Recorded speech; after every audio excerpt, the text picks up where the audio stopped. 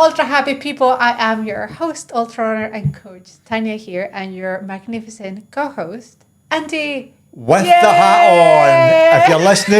If you're listening on Apple Podcasts or Spotify, Tanya has made me put on That's why I'm laughing. a Happy New Year hat. Guys, he didn't want to put his New Year's hat on, so please go into YouTube and like it. I look like a really shit unicorn. Because he really put an effort today.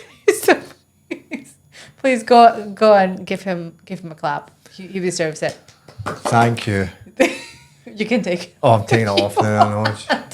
Right, so it's a bonus special for New Year's Eve. It's 31st here in Dubai and we are getting ready. If you hear behind us a little bit of noise, it's because we are Dubai is getting ready for a massive day. We're started at 9:30 this morning. Seriously, we can hear all the music from our flat and from the balcony, but it's quite loud. And yeah, we're getting ready.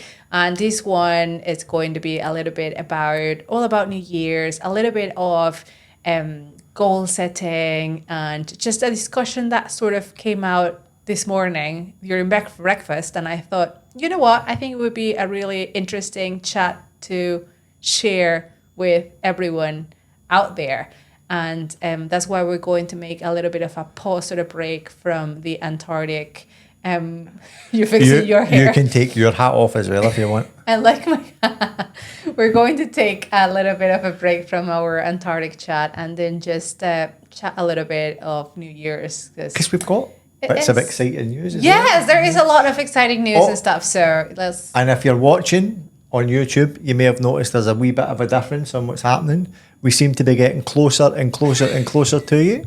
The reason for that is because we're updating the room. Yeah. And I think it's actually better for the podcast. I think it's good for everything. And talking about New Year's resolution, that's exactly what I wanted, a desk, because we didn't have a desk before. And this year I am going to work a little bit more. So we'll see. So I definitely need a desk to work. So good. Welcome to the podcast, the special episode podcast. Are you drunk already? I'm drunk already. It's not our usual day to record.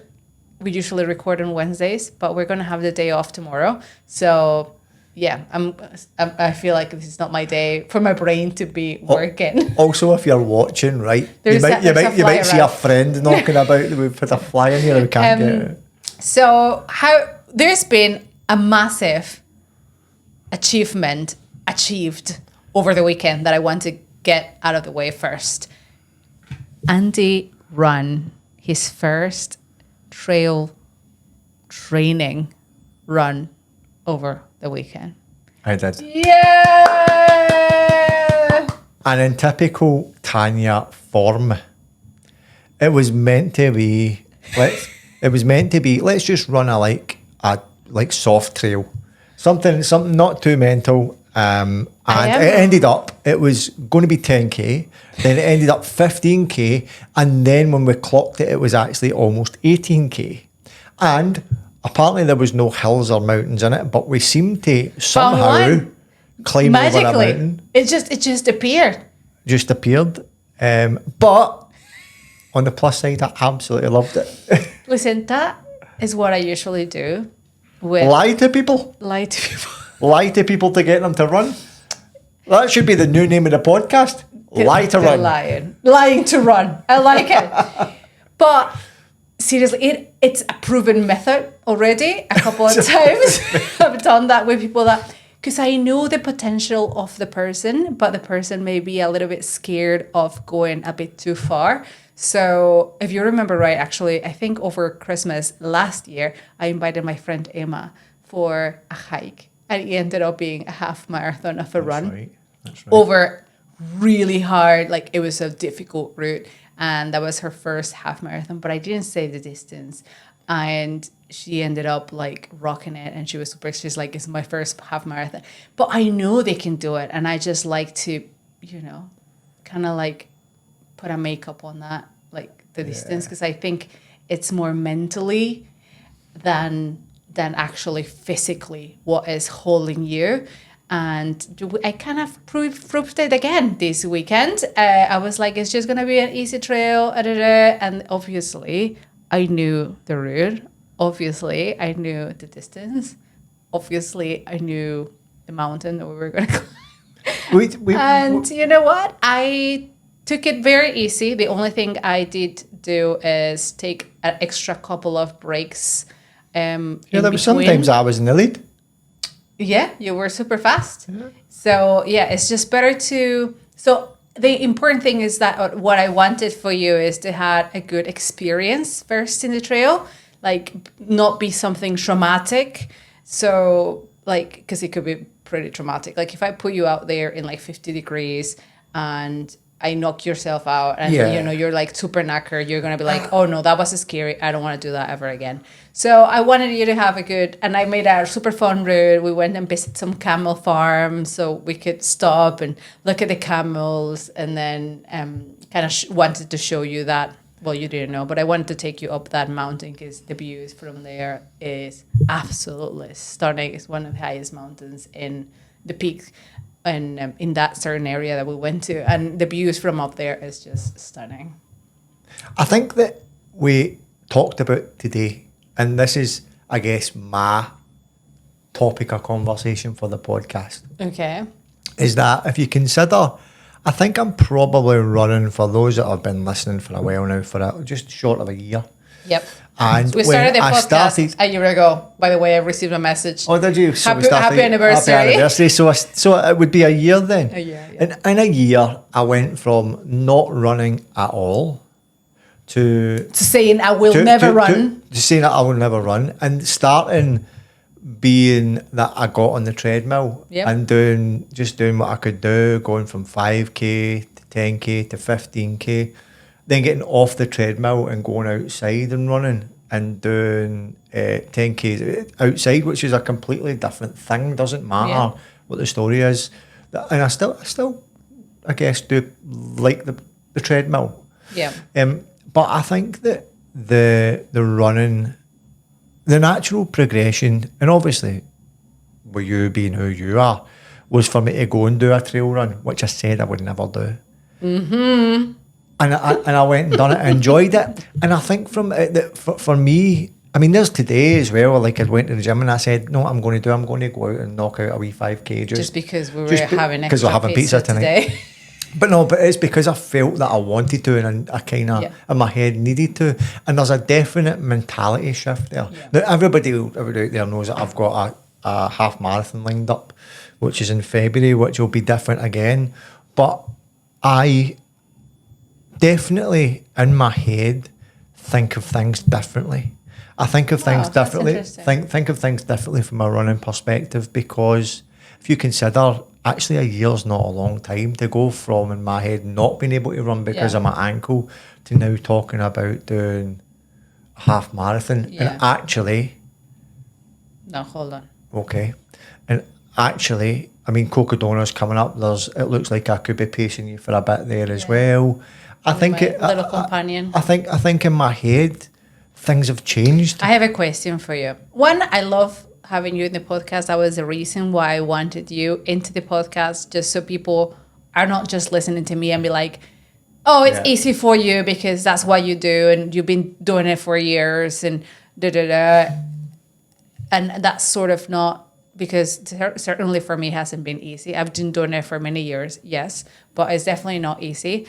And I don't want you to get that wrong idea, but I want also people to see how doable in a friendly way can be done, you know? Well, this is what I was about to say, is because that for me, you've got your milestones of doing, like when you're done. Yeah, we'll talk about the milestones, how to set up those. Yeah, but you've got your milestones in terms of you started off, you were running, then you done a marathon. And then what you've done is, there was a lot of distance between that time, but then what you've done is you then challenge yourself to do 50k and then 100k and so on and so forth. And it all moved on to the point that you're at just now. I never really used to understand that mentality. I would be like, just go out for a run. Yeah. I mean, but now where I said, and I thought I would never be at a point where I would be going out doing a half marathon or running 17, 18 kilometre trail runs. Now, my head's different. And that's the one thing, I guess, if we go back to the very first episode of this podcast, that is one of the things that we talked about. Yeah. We talked about if we can change people's mentality to realise that it's not so difficult and you can get out there and do it. And even in Andy's Facts, we've shown all the health benefits and everything else. Exactly. Do you know what I mean? Yeah, apart from being healthy, right, My- and my- everything. my But if you mindset has enjoy changed. it, I think, if you make it as an enjoyable experience, which that's what I wanted, and the whole experience of running, that's how I've been trying to sell you the idea of, and then kind of putting you and everyone out there, all the stories that I've been putting you out in the other with interviews and all the information, is kind of making it friendly for everyone. I think with all those and that definitely stories, helped me. Yeah, That helped me see. kind of like putting all that into a little bit more ground level, so everyone can know they can get it. Do you know what it's like, right? It's like my diet's changed and everything now, right? And the running's not changed my diet and it like that. But the point I was going to make was it's a bit like getting on a diet. Well, not a diet. It's a bit like changing your dietary intake, right? Because before in Glasgow, my nutrition was I would pretty much just about eat anything. Do you know what I mean? And it's nothing to do with the running. It was to do with lifestyle changes. That what happened is in the beginning, it's like I didn't like lettuce. Now I'm cool with lettuce. Do you know what I mean? In the beginning, I didn't like running. Now I'm cool with running. Because what happens is the more you do it, the more you accept it and enjoy it. They get the benefits. When everything all comes together from a mental point of view, from a health point of view, from the enjoyment or the running, from the eating point of view, and you see changes and you feel physical changes, that is the golden part of it for me. You're more competition based, but I am competition based with myself, which that's what we're going to talk about today. This is the longest intro ever.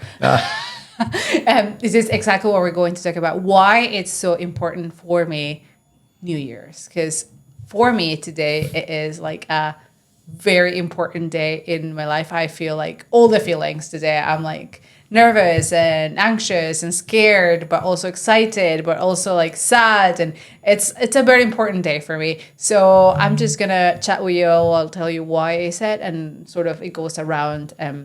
You're saying like I'm quite competitive, but with myself and with everybody and everything. Just with myself. And the other thing is it's just for fun. But like what matters... With everybody and everything. Yeah, but what it matters truly is just with yourself. Like nothing else really matters. It can be just fun. But most importantly with you. So let's get cracking with your Andy's Facts. Andy's Facts. Yay! This has become such a staple part of the podcast. There you go. And it was just a random, and then everyone's like, yeah, we love Andy's Facts. And so, I am now... Here we go. Give the man the microphone. I tell you what, right? Through my running journey, I have now become a bloody running nerd. I think it was good because I gave you like a little wee homework of like go and research for your Andy's Facts, and then you had to read about it. What are you talking about? Read about running and read. You never ever said to me that I need to go and research about this or something. Well, your Andy's Facts, when you go and research your Andy's Facts, it was good that you had your Andy's Facts, because that way you kind of read about it and you find like really interesting things about running that I didn't even know. Yeah. So it was cool. But that's the funny thing is that actually loads of it is stuff that you just hear that's a lot of rubbish. You hear people, but do you know what, right? This is the most geekiest thing that I've ever said, right? Not that you're geeky, but... Not that I'm geeky. But I found a place, and it's the US National Library of Medicine. Okay. Which is amazing, by the way. It's got, honestly, it talks about all sorts when it comes to medical facts, about running, about people, mentality, mental health, health. It was, I was sitting there for like ages just reading through all the... That's what I'm saying. It's like you're reading all that, and probably the Andy's Facts, obviously not everything makes it to the list that you're going to read it. So you probably have like lots of information that is actually helping in your running. Yeah, but who would have thought even a year ago that would have happened? That's what I'm saying. I know. Okay, so Andy's Facts. So today, what we're going to do is, because I was totally tuned into my mental journey from not being a runner to being a runner. I'm not even calling myself a runner. What am I? I'm not hybrid because we laugh at that. Oh no, just don't say that. What am I? I'm a keep fitter. You are just I'm a keep fitter. person that's looking to be fit. But about runners' mentality, which I thought was quite interesting because it's changed for me, like I said, so much. And these points highlight how various psychological traits and strategies are going to say I'm crazy to a runner's success, particularly in specialised areas like trail running and ultra running. Oh my God, I'm excited for this. So, oh my God, I'm excited but nervous. They're going to say we're not cases. Mental toughness and resilience in trail running. We kind of touched upon this before a good while ago in some of Andy's facts. However, a 2023 study conducted on 307 Portuguese trail runners found that mental toughness and resilience significantly contributed to their performance. Definitely. These traits helped manage stress and adopt the challenging terrain and unpredictable conditions of trail running. This indicates the psychological resilience and the critical component of success in trail running. 100% agree. Okay. I kind of expected you to say something different there. I don't know why. No, it is. Like, I think every time you do something different and something hard, the bar gets raised a little bit and a little bit and a little bit. So eventually you get tougher because something that, like yourself, you said maybe 10K was really tough, but then once you did it, it's not tough anymore. So you kind of like start raising the bar and raising the bar. It's the same thing with distance, with pain threshold, with time out there, with everything. That's something that I didn't talk about, and this is going a wee bit off the Andy's fact situation, but since you talked about pain threshold there, the reason why I never ran in the past is because my ankle would hurt because I broke it all those years ago, for those who are just joining the podcast. And today, for example, after doing the big run the other day, my ankle's been a bit dodgy, isn't it? And I thought I need to get out there, get it loosened up a wee bit. And when I started running, it was painful. It was really painful. But my pain threshold is obviously quite high, but I made the decision, let's stop, let's manoeuvre it, stretch it a wee bit and then get running. Whereas in the past, I'd have turned around and come back home. Right. So you're starting to solve the problems. Solve the problems. Which that's pretty much what ultra running is. That's ultra running. There you go. So last week we talked about how running improves health, but what about mental health? Oh, millions. So a comprehensive review of running psychological effects highlighted improvements in mood, stress reduction, and overall mental health. Trail running in particular was associated with a unique sense of tranquility and connection to nature, which can amplify its mental health benefits. However, the review also emphasised that the need for more controlled studies to differentiate the effects of various running disciplines like ultra, marathon, we're just happy people trail running. Overall. But I think that's dead interesting. I'll tell you what, that's why it's almost a prescribed situation now that people say get out and run if you've got. But that's why it's called the Ultra Happy Podcast, because it really makes me happy, and not the actual running action itself, because newsflash, right? I really don't like running. I'm not gonna say I hate it because that's a really strong word, but I don't love running. All right, so everyone just don't shoot me. But I don't love running. I love what it brings with it, the challenges, the places you go, all that fun. But that's the thing, and it makes me happy. It makes me ultra happy. Good, I'm glad. It just silences my brain, because my brain, as you know, is I'm an ADHD, probably not 100%. I have, what's the name? Prescribed? No. I have, like, a doctor hasn't told me that I have ADHD, but psychopath. Oh no, ADHD.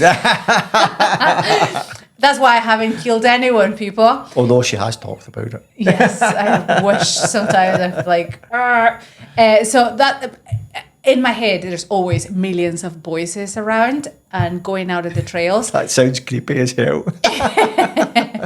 We have even names. We've talked about it in here before. There is, Merenguita, and there's a couple of people hanging around in my brain all the time. They even have names and everything. If anyone has watched the cartoon movie Inside Out, That's it. Tanya's That is, head. we were laughing so hard because That's that is Tanya's definitely it. And I can like name them. I know what they're doing, each one. Like I can picture them. That's exactly the movie. So when we go on the trails, it's like everyone chills because there's nothing else to do, and the only thing is like just focusing in your feet, where you're putting your footing, because as you experienced probably last weekend, it's a little bit different than just road running. So that's why I think trail running is just so grounding, because you're obviously outside, and yeah. So I agree.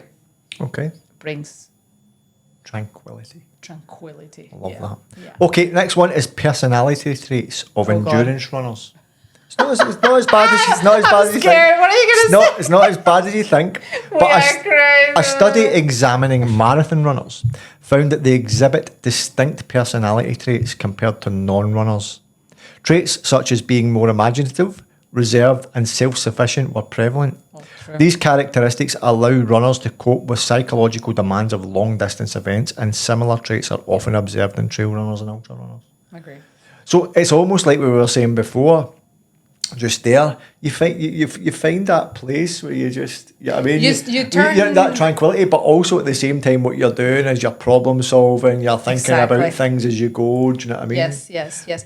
It was another, I don't know if I've mentioned it here, but there was another study, or not a study, sorry. I think it was a podcast what I was watching, and the interviewer was interviewing John Kelly, which is one of the runners that have finished Barkley marathons like 4 times, and he was mentioning that he has a PhD. He's like a quite accomplished academically and work-wise, and so is Jasmine Paris, which is the first woman in finishing the Barclays as well, and a couple of Barclay finishers and people that are just signing up to that race, as you know, it's super difficult. They are quite high in academically and quite successful in their careers. And the interviewer was asking, why do you think that is? And that highly intelligent people are seeking that discomfort. It's just also almost like, and they're trying to get a break from the norm, surely. I think what John Kelly replied, and I think that's what I was like, yes, that's exactly, he was able, like, bang on. We like to solve problems. And that's what we like. Hold on a minute. Problem solving. Hold on a minute. Did you just indirectly call yourself super intelligent? I am. I'll tell you what, to face those, even normal ultramarathons, but now that I've done the self-supported, it does require a level of being present, being able to think outside the box, and yeah, you need to use your brain for that. Well, interesting you say that. Right. Mental strategies for long distance running. Yeah. So research published in the International Journal of Sport and Exercise Psychology, that was a mouthful, found that marathon runners spend about 40% of their race time focusing on pace, distance, and self-monitoring. Yes. This cognitive strategy helps them endure and manage the physical and mental demands of long-distance running. Trail runners are similar, but they employ strategic thinking to navigate challenging terrains effectively. As well. So it's like always that level of you're thinking. Always thinking, but see, you're always solving. And for example, in the UK, here these races have been marked, right? It's a marked course. But for example, in the UK, most of them are not marked, and I had to navigate. And that's another layer of solve the problem. Do you know one thing? And it's to do with this and not to do with it. In my head, when I am out running, I'm out there enjoying it and for the fitness side of things. I do like to look at my watch and look at my Coros app to see whether I'm performance or whatever. I do like to see the calories that I'm losing as well. However, it does give me a bit of anxiety of some sort when I start thinking about pace. Do you know what I mean? Say, listen, no disrespect to people that are out there. It's one of the things. If you're a road runner catching paces, this is not the podcast for you. But no disrespect to the people out there doing that, because I mean everybody's got their own challenge, and we talk about that a lot. Yeah. But that's one of the reasons why I'm not on Strava, because I feel like it would put pressure on me. I don't Or want. you want to see, or you're starting to see the neighbor, like, oh, what they're doing, and Well, and because the thing is in a year when I've went from being that guy of doing nothing to now going doing what I'm doing, I know that I've got that mental capacity that if I start going on Strava, you start like, I'm going to start looking and I'm going to start wanting to Yep. improve because Yep. other people can see it, and that's Yeah. not my thing. yeah. I think also as you mature in the sport, I think at the beginning I was like a little bit more about the pace, and then because I was like, oh, this is not bringing me joy, then I just took it out. That's just as easy. And and to be honest, that's with everything in life. If something is not bringing you joy, just get rid of it. Do you know the funny thing is? We'll probably be on the podcast in 6 months' time, and I'll say, well, wait, I tell you my Strava results are. Yeah, we're like, well, Okay. now I'm in Strava. Last one, right? And this I found hilarious, right? Because of you. I'll be honest, because of you. This my is the one that God. we might have a bit of fun with. Okay. So resilience and emotional regulation in ultra runners. I'm a crying baby. Studies show that ultra runners have higher resilience levels and superior emotional regulation compared to the general population. They tend to have a reduced response to negative stimuli, which allows them to persist in grueling ultra-distance events. The psychological adaptability is often a key factor in distinguishing elite runners from their peers. We're awesome people. When We're just I awesome. read that and I read about the superior emotional regulation, I Yes. laughed. I am though, but I also don't want to. I like to keep my feminine women's side a little bit as well. Like, but when I put my vest on, or my backpack or my training, or when I go into a race, and even sometimes I told you this, when the gun goes or the 3, 2, 1 goes, it's just like almost like I'm a different person. Like, you know, A lot of sports people say that. That's I should, and I even said I should have another name for that person because it's not me. Like if you're we're talking, running out of names. there's too many people in one person. I do have an alter ego. I think it's just a different person. That person cannot complain, because that's not what that person does. In my normal life, yeah, I like to, because you can't be tough all the time. Like that would be very tiring. And that's why I come back sometimes from the races mentally tired. Yeah. Not physically, but mentally tired, because you are kind of coping with everything all the time. And yeah, it's quite tiring. So, yeah. Although I was joking there on that last point yeah, about we're you, awesome. when you come back, I quite often see you more emotionally drained than physically drained. Yeah. Just because I think, and I'll go back to the time that you done the first 100. Like, see, I've never in my life seen emotion come out of someone like that when you cross the finish line. I mean, it's like everything, like you burst out crying, like you shouted, like you could see how ecstatic you were. Do you know what I mean? It's like everything all came out at once. Do you know what I mean? And I'd never seen that before. And I That just hope shows. everyone gets to experience that once in their lifetime. Me Because too. that is absolutely the best feeling in the whole world. Like completing something that you never thought even remotely possible. And even more, and putting a layer over it, that you failed so many times and you kept putting it and putting the work and putting the time. And when you finally achieve it, seriously, it's just the best feeling in the world. Yeah. So, yeah. I agree. So definitely you get a little bit tougher mentally and resilient, and not only inside the course and inside the trails, but also outside the life as well. Kind of like Do you splurge think- a little bit into the life. for Obviously, sure. we're talking about the mental resilience side and the differences between runners and non-runners, right? Yeah. Because what pretty much all those studies showed us there is a main difference. And I would never have thought that. I would just have thought people are people, right? No. Do you It changes. think that what happens is over time, your personality traits change slightly? I tell you why. Yes. Because I have always believed, and it actually looks pretty much from a scientifically proven side of things, right? Is that your personality is your personality. Yeah. It's very difficult to change your personality. Yeah. You can change your thoughts and you can change your opinions. You can change the way you do things, but your personality is your personality. Yeah. Do you think going from being a non-runner to being a runner not a your runner. personality changes? I think an ultra runner. I think you can be just a runner, but like when I faced ultra running, or like I started doing like really challenging things, I think my personality changed. Yes, definitely, because I started to be more risk taker, and you start taking decisions in life, right? Like opening the business or doing this purchase, you know, like because you in your head you're like, oh, or dealing with stress, life stress, because you think, oh, I've done worse than this, or I've survived worse days than this, you know, or I've survived by tougher moments than this. Yeah, that so makes sense. I can push through this, or, oh, you know, what was the worst that can happen?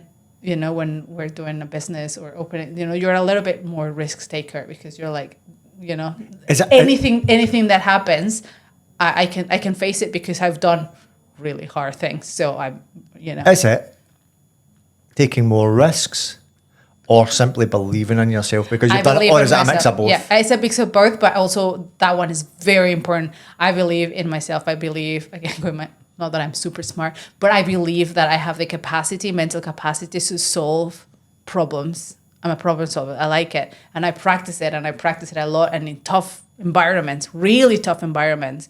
And I've been able to come out on the other side. So when I am facing, like, again, a life situation or maybe risk taker, because I believe that I can solve it, that, you know, I've done it before many times. So I know that I'm going to be able to solve it. So interesting.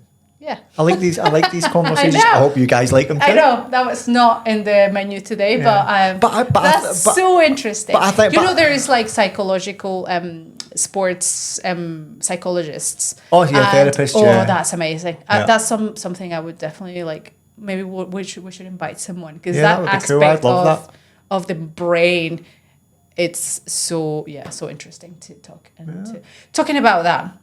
Let's dig into a little bit of why it's talking about brain and feelings and all that. Why New Year's for me is this like moving day, like in my inside. I'm feeling everything right now. I feel like I am like in the start line of this massive race, you know, like that butterflies in your stomach. You're like facing this course that you don't know what's gonna take. You know, it's 365 days long, but you don't know if it's going to be muddy or you're going to have a good day or a bad day, or, you know, like it's like in a start of a race. It's going to be sandy here in Dubai. It's going to be a sandy one.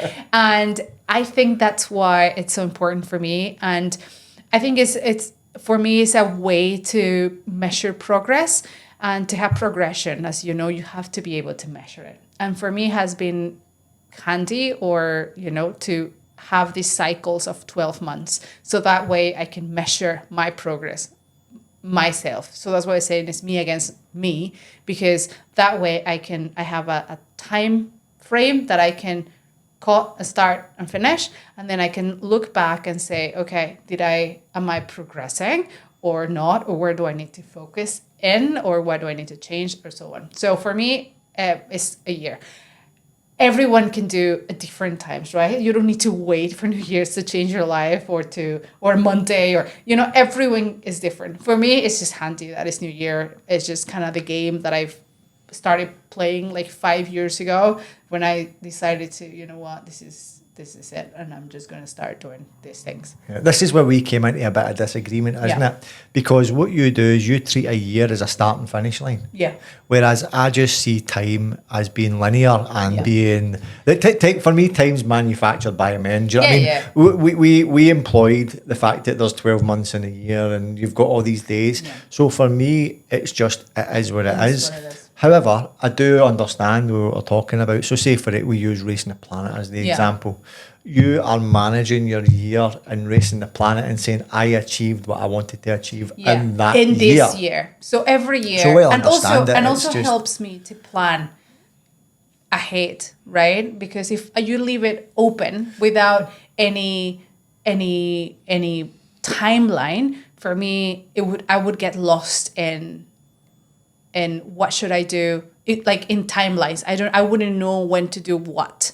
I would get a little bit lost in my goal setting or my plans to to what's next if I don't have that time, like that divider every year, for example. So what changes for you between today and tomorrow?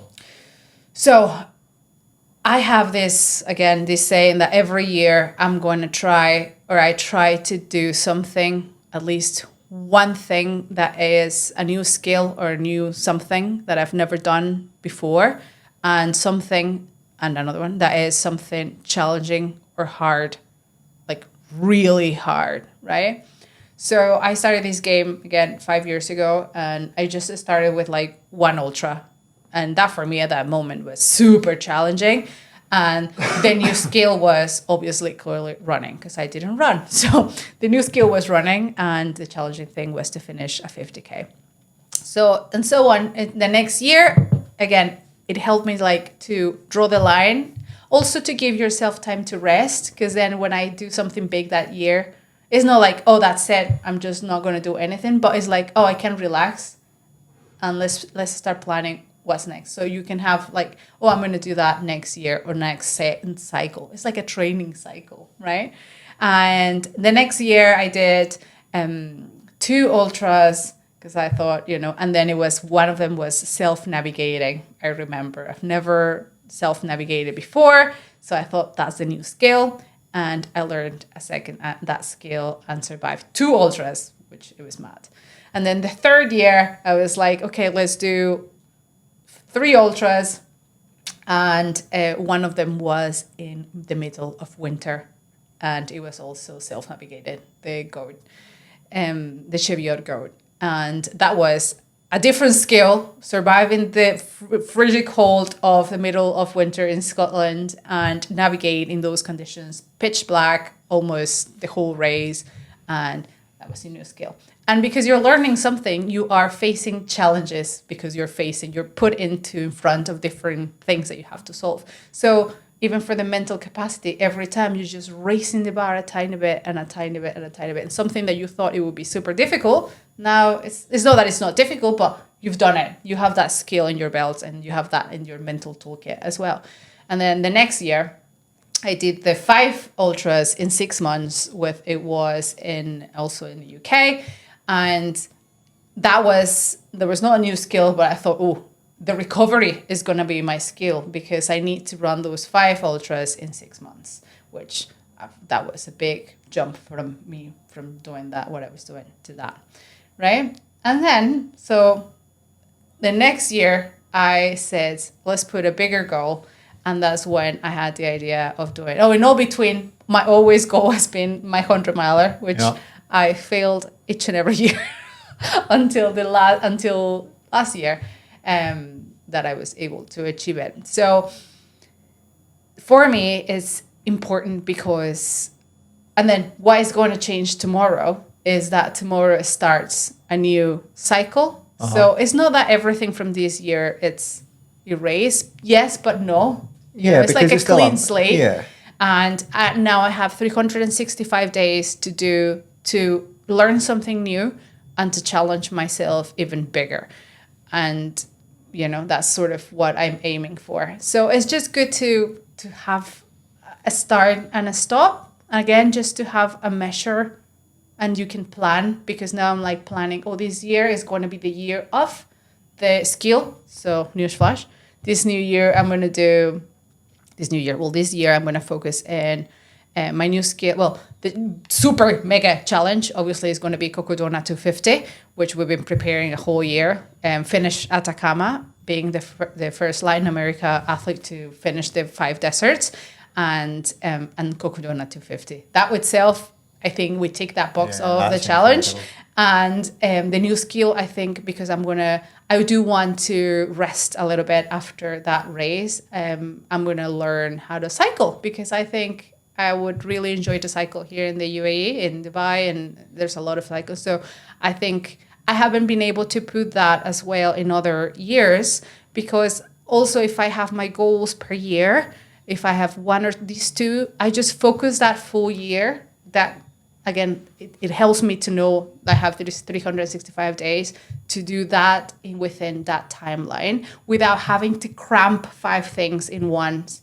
And because if I don't have that timeline, I would be like, oh, I want to learn to bike. Okay, I'm going to do it now, and I'm going to train for the 5 deserts, and I'm going to train for Cocodona, and I'm going to open the business, and it's too much. It feels like that sometimes. It is too already. much. Exactly. But in my head, it's like, no, I'm going to wait till next year. Because that's going to be for next year. So I push the cycling and the opening the business, the new one. I kind of like set it into the copilot. Like I know it's there, but it's not for right now. Like I'm just going to keep it for the next year. And again, call it year, but it could be any cycle for you. Just for me, it helps like that. So next year, so this year that is coming, I know I have already lined up things, and I just pick my 2, my new challenge, my something really difficult. And having opening the business, for example, something that I really want to work on and focus, since I'm going to be not running that much or racing that much. So that helps me also to control a little bit how many things I have in my plate, because otherwise, like, it already feels daunting. But I think if I plan it that way, at least it has some order in my head without cramping too much. Because I think if you put too many things in your plate, I think that's where it comes the burnout. When it comes I don't have enough time for this, and then you put it out completely, rather than saying, oh, I'm gonna put that in the next year or in the next set of challenges. Yes, exactly. But then you forget about it as well. Yeah. So I think it's important just to have order in those things. To put things into context, and this will be quite funny for people to see how our conversations go and we spiral out of control into these things, is that we watched something, I can't remember what it was on, and it was talking about people that were runners. And it was saying, for example, how quick can someone be? Where does the stop come? Because say, for example, someone running the 100 meters, right? And Usain Bolt was the fastest, and I can't remember what it is. It's something ridiculous, isn't it? It's like 5.5 seconds or something. You know what I mean? But what happens is people will be shaving off like 1-2 seconds. Yeah, 1-2 seconds here, or 100. But it's going to come to a point where these things are not possible, because the human body doesn't have the capability of moving any quicker, right?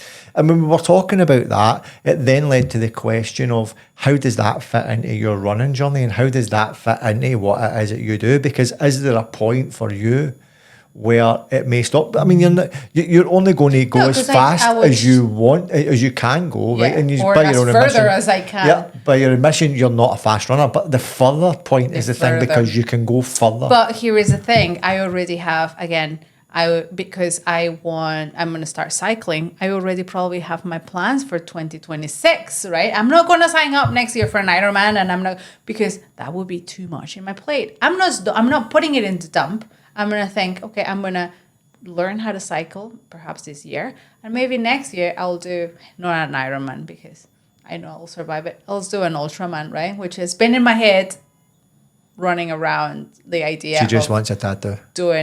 No, but the ultraman's different. Oh, is it? It's an ultraman, right? So, but again, if I put everything like this next year and then try to rush it, it will be too much. And then I will feel also I don't have enough time. I will feel angry, disappointed with myself because I didn't do it. So if I only have 3 goals and that's it, focus entirely into that, it's better you do more progress that way than trying to cramp many things. So even for 2025, I can tell you right now, I think that's where the road is going.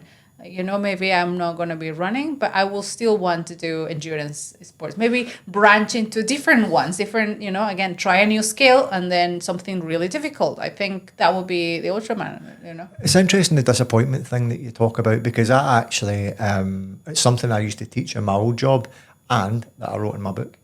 I just thought I'd drop that in there. What happens is people do plan too much and too little a time. Yep. And I think that's one of the super important things. Now, this is me going very extreme here. It's one of the reasons why I don't love the lottery, because the lottery for me brings more disappointment to people than it does joy, right? Yeah. So it's the same with planning, because what happens is if you over plan and what you do is you don't get it done, you've got that series of disappointment in you. Whereas if you get that planning right, then what happens is you have the joy of getting things done, and in a lot of cases, ticking them off. Yeah. That ticking something off that you've And I think achieved is also, brilliant. like people do it sometimes per week, per month, but then life happens as well. So you have to kind of put extra time there for inconveniences or life, and then even enjoy life, you know? I'm not going to cramp in doing these 2 races, Cocodona, Atacama, and then, Ironman, and then what's like, where is the fun time? And then, no, I cannot be leaving training all my life. But that's where it brings in the mental health issues as well, because when you're filled with that disappointment it's different. Right, here's the thing: it's different with being disappointed and failing in a race and not getting it done. That's right, different because you're pushing it. Exactly, it's different if you are over planning and failing, because what you're done is you're feeling like a failure on everything, not just on that one thing. And if you fail in a race, you know what you'll do is you'll come back the next time and you'll try and knock that out of the park. It gives you another goal to go for. Absolutely. If you fail in a race, I always say, like, congratulations, because you've got what you came for. You've learned a lesson. And you're usually people that sign up for these things. One, you didn't sign up to fail. And nobody is in the start line thinking, I'm not going to finish. We all there standing with this dream. And for someone to don't finish, I know, one, how hard it is mentally. But 2 is like, well, you sign up to test your limits and challenge yourself. And when you actually find them, because you weren't able to succeed, in quotes, you kind of got what you wanted. So I always say congratulations. I'm always a little bit jealous of that. Not the disappointment, but that anger that comes with it, that hunger that comes after it, because when you don't get what you want, you're angry, like, not with yourself, but like, I'm gonna get it next year. So I always like that. I always say congratulations, because you get what I've you said wanted. this before on this podcast, and a wise man once told me, right, that you don't understand the joy and the happiness of the win if you've never failed. You never fail. Absolutely. And I think that's a massive component of being good at something, failing and learning the lesson and moving on. So I invite you this year to maybe put 1 or 2 goals out there that are really challenging, like, you know, almost like set yourself to failure. Like, you need to be within that line, you know, like just kind of like almost too high to reach it. And just, I mean, again, it can be, I like 1 year because that allows you to even fail and try again. And to deal with that, like, to don't have that disappointment that happened to me once in the 100-miler. I couldn't get it 1 year and one time, but I had enough time to try it again. And we succeeded the second time in that year. So 1 year gives you enough time to get knocked down and come up again. And that can be in anything. It can be in a business as well. And we're talking about sports, but to be honest, it can be in running, but again, it can be in everything. And that's one of my goals for this year, or not goals, well, the things that I have planned for this year is that. And I'm excited for that. And that's what's going to change tomorrow. Like my goal changed from today to tomorrow. Like my goal until today at 12, it was survive the 5 deserts, which we already did, but you know, that was my goal until midnight today. And tomorrow we'll wake up and we have a new target. And like I said, it's a new race, and it comes with everything. It's like sadness also, because you're like, it's like when you do a race and then the race finishes and you're like, you have the race blues, which is another thing that you may experience later. And that you prepare yourself for that day, and that day is over and you get a little bit sad because it's over. So I'm a little bit that kind of sadness, because obviously that year was such a wonderful year.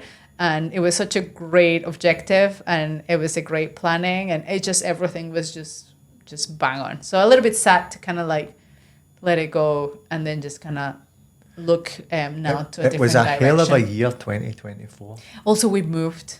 We did. We lost Chato. A wee man. We lost and that's what I was saying. There is inconveniences in between, and no inconveniences, things that you don't plan that also are going to knock you down. So, yeah, just plan for those as well. And so what are you planning for 2020? What year are we? I thought 2025. yeah. Because I think we've been poking Andy about being an ultra runner, and I think he is ready because he has everything, right? You have already the aerobic, the mental skills. Maybe you don't have it, but you have enough tools now. Like we've shared you all the tools that you can use out there. I think it's time to kind of like put them to the test to see if. Just tell everyone. And I think. What you tell them what is your. What am I signing up for? Tell them. What are you signing up for? I'm signing up for the Greece ultramarathon. Yeah, we did it. It only took us like 1 year, people. Who would have believed it? Actually, even just a few podcasts before, I was saying I'm not an ultra runner. 1 year. Well, so listen, everyone out there, if you're not a runner and you say, I will never run, and these people that are running ultramarathon, what? They are crazy. 1 year. Here, and you come from that. Here is the rub. Sign it up. As they say, here is the rub. I think differently from you, and I think everybody that's been listening to the podcast for the past year understands that. You have your team. I was brought into this podcast as being the voice of reason, right? And even though I said that I'm not an ultra runner and I'm not a runner, I'm still the voice of reason, because that what I have done is I've seen progression from one thing to another. Yeah. And the obvious progression for me now to challenge myself would be to do an ultra. I mean, some people would say, no, well, what you're going to do is you should do what you've done. You do your half marathon, then do a marathon, and then go into ultra running. I don't know if that's necessarily true, because I think that what happens is once you've got a half marathon under your belt, aerobically you're pretty good. Like when I go out running, I've not got a problem. You were able to do the 18K, no problem. And I wouldn't say no problem. but my point is the next natural progression, and my curiosity is getting the better of me. And see that with you, that I want to see if I can do it and you like got it it. mentally. Now, the biggest worry for me is I said a few podcasts back, is that I don't know any ultra runner that's only ever done one. Oh yeah. That's my biggest worry. And it's not that I plan to stop at doing one just to say I've done it, right? Crossing to the dark side. But I think that there's the element of curiosity of my capability of being able to do it that. Is what it is. And I love that you use that word, because that's one of my favorite words, curiosity. Because when you attack life with curiosity, it becomes an amazing adventure. And that's what life is about. Just experience as many things as you can while you are here in this planet. Yeah. Listen, I don't think and for a minute just it's opening the door. I don't think for a minute it's going to be easy. It's not. I don't. But one of the things that I did say to you when I was talking to you about it is that I've maybe got a head start on some people because I have you. Do you know what I mean? You have a massive and not start. only that, and because I have this podcast and how much I've learned from it, we often talk about on this podcast of that. I would have loved for you for a podcast out there to be like this, so that you could have learned a wee bit more when you started. Oh yeah, like when I started. Because you didn't really have anybody. You were literally contacting people through Instagram and saying, "What do you do in these situations?" I again, you have a head start right now because you have me. You have all this beautiful community that I've put you in touch with. But when I started with nothing. And like you said, I was knocking doors in Instagram or Facebook and just DMing people. Like I was a weirdo, like just, hi, I've seen that you've done this, and how, just again, curiosity and how can you do this and that. And even from testing all the gear, all like everything, you have a massive start, and that's great. Do you want to hear something funny? Yeah. I had no anxiety about it until now. I think because I put it out there. It's out there. Out there in the podcast, people are going to be like, right, that's it. You better do it. Out in the world. You better do it. And obviously you have that. You have also your business coming. So I think those two will keep you busy for the year. Yeah. And I think if you finish the year with those two in your in your belt, I think you're gonna feel super successful. You will be like, yes, I'm probably super broken. And super broken. Exactly. Because are things that take a long time. They're processes and then again, I think those two are great. I think with that's you done for the year. And again, if you are obviously setting goals or whatever, I think that would be my best advice. Just set one or two, and this crossing to the dark side. I am like so excited for this. So I cannot wait. I've seen couple of couples.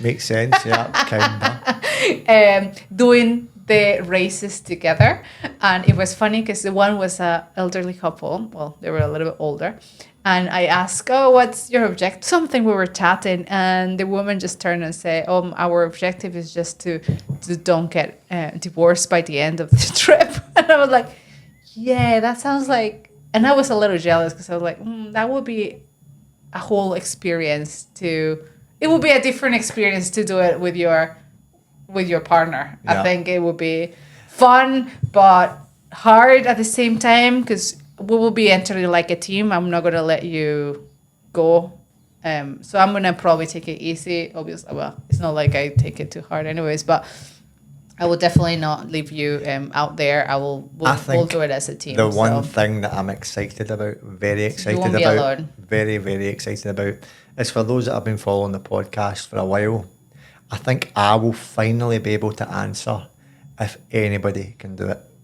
If anybody can do it, you will do it. If anybody can do it. Because we've been going through this podcast for a year, it's been the question and we've always been asking, can anybody do it? And it's flip-flop back and forward, hasn't it? Yes and no all the time. I say yes. So what we'll do is, I guess by the time that I do we're going to put it to the test. I come back and I will definitively give you the answer. First-hand, yes.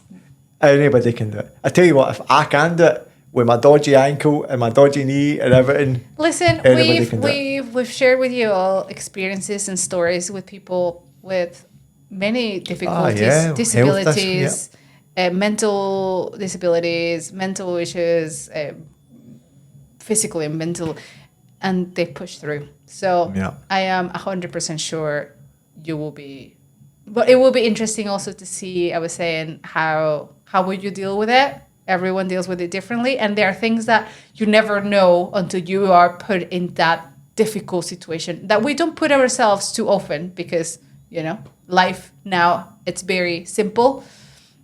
We have computers, we have a phone, we have everything is easy. So I think put into that atmosphere, or you have to so primitive, so human nature, and it will be interesting to see how you solve it and how your brain I'm just in for the ride. I'm just there as a companion, so it's going to be really interesting. I will be documenting probably Andy's ride. I think the one thing, and all the runners out there will understand this, and all the non-runners, I urge you to start using this in your life, is I will just use runner's math.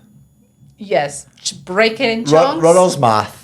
If you can do 5 kilometers, you can do 10. If you can do 15, you can do 20. If you can do 20, you can do an ultramarathon. Exactly. There you go. That's what I said all the time. You can do this, you can do that, and So guys, that is the news that we wanted to share with New Year's. I think I just realized I've conquered another objective this year, and it the last day of the year. Getting me out there. Getting you in, signing up for an ultra marathon. I can't believe it. That was my whole goals for 2024. We're doing it in one of our favourite places as well, aren't we? Oh yeah, and so Andy at the end, obviously he gets his medal that he's very excited for, and his t-shirt and all that. But he is going to earn a holiday in Santorini, all paid. Love Santorini. In your favourite. Now, hold on a minute. Now, this sounds like you're bribing me to do it. I think that was the thing that tipped you over. You flung that when I said I was considering it. You flung that. I flung that out, and he's okay, I'm in. So that is the whole package that Andy is getting. Only if he finishes. If he doesn't finish, he's going to be shipped back home with nothing. and I'll be going on my holiday anyway. So yeah, that's gonna be the deal. I think just to end the podcast. And this looking super scared now. I've already touched upon the fact that I never ever thought I could do something like this. But this podcast, the people that we've had on, yourself, and the community that we have built in the podcast is pretty much inspired me to get there. Do you know what I mean? Aww. And I guess a big thanks to everybody. And as well, I'm excited, and it's a bit jokey and funny just now. Yeah. I know that I've got a bit of a journey to go, and I'll be Yeah. nervous, but I know that I have great support and everybody around us. You'll and survive. and I'll survive it. So, but yeah, I think nice way to maybe finish the podcast in the end of the year is a big thanks to everybody, not just for listening to us talk nonsense, but for thank you for yeah, motivating us, motivating Andy to sign off for his first ultra, 100%, motivating me 100%. because actually I put out a post today in my Instagram with a little bit of very few messages that I've got through the whole year that you sent me while I was racing in these multiple days, and every message was taken with like a full heart. And maybe some days if I had a really bad day and this person was writing me like, oh, you did amazing, I would cry, I would shed a tear, because I was like, I felt you close to me all the time. I knew you were watching, you were following me, you were sending that message, you were taking that time, and I could feel those vibes. I can feel you looking and protecting me. That sounds creepy as well. We're like there. But to be honest, yes, that pushed me a lot of times. And just remembering or just thinking, for example, I have an athlete that she is a mom and she's very busy. She works full time, two kids like they're teenagers, and she's going out there and crushing her goals as well. Like those kind of stories, and they think that I am motivating them. Truly, is like they are motivating me, because even though they have all this life and all these things, and they still going out there and doing it, I don't have half of those responsibilities. So I don't have an excuse for not doing it. So in reality, you guys motivate me. And if I motivate you with all this nonsense, well, I'll take that as well. Good job. Well done, team. We've done great. Well done. And I think that is going to give us a whole podcast for next year, just following Andy's adventure. I don't know if I like that idea. And Cocodona, of course. I think Cocodona would be first, and then is Greece. So that gives us a little bit of meat to cut for next following year. Thank you so much again for tuning in. Any way or form that you're doing it, podcast or YouTube. If you are listening to the podcast, go into our YouTube channel. It's Tania Carmona, and just follow me there. There's under my channel is the podcast. And also I've arranged a little bit of my YouTube so you can see also all the movies and the highlights of this adventure of this year that was epic. So if you want to see that, subscribe, please follow, because I'm going to start. I will try to be more present in YouTube as well, because I feel like this year I didn't have time, to be honest. And there's so much on there now, do you know what I mean? Like documenting all your races and all those am movies. going to start. I'm going to start being more and sharing a little bit more. Well, you know what? It's going to be great if you can tell me what you want me to share with you. I will be more present this year. I feel like this year I barely had time to breathe or to do anything rather than just surviving and recovering, traveling again. So this year, that's also another bit of my goals, apart from sort of the kind of linked with the same business idea. But just to let me know what you what do you want me to share? What do you want us to share? We'll be happy to start putting a little bit more material up there. So subscribe so you don't lose, so you don't miss any of that. And again, Happy New Year. Happy New Year. Enjoy your Happy New Year and see you next year. I am having a beer tonight, just so everybody knows. Maybe your last one. And remember, guys, to keep doing whatever makes you ultra happy. this year and next year and every year. Let's end it at that. Happy New Year, everybody! Oh.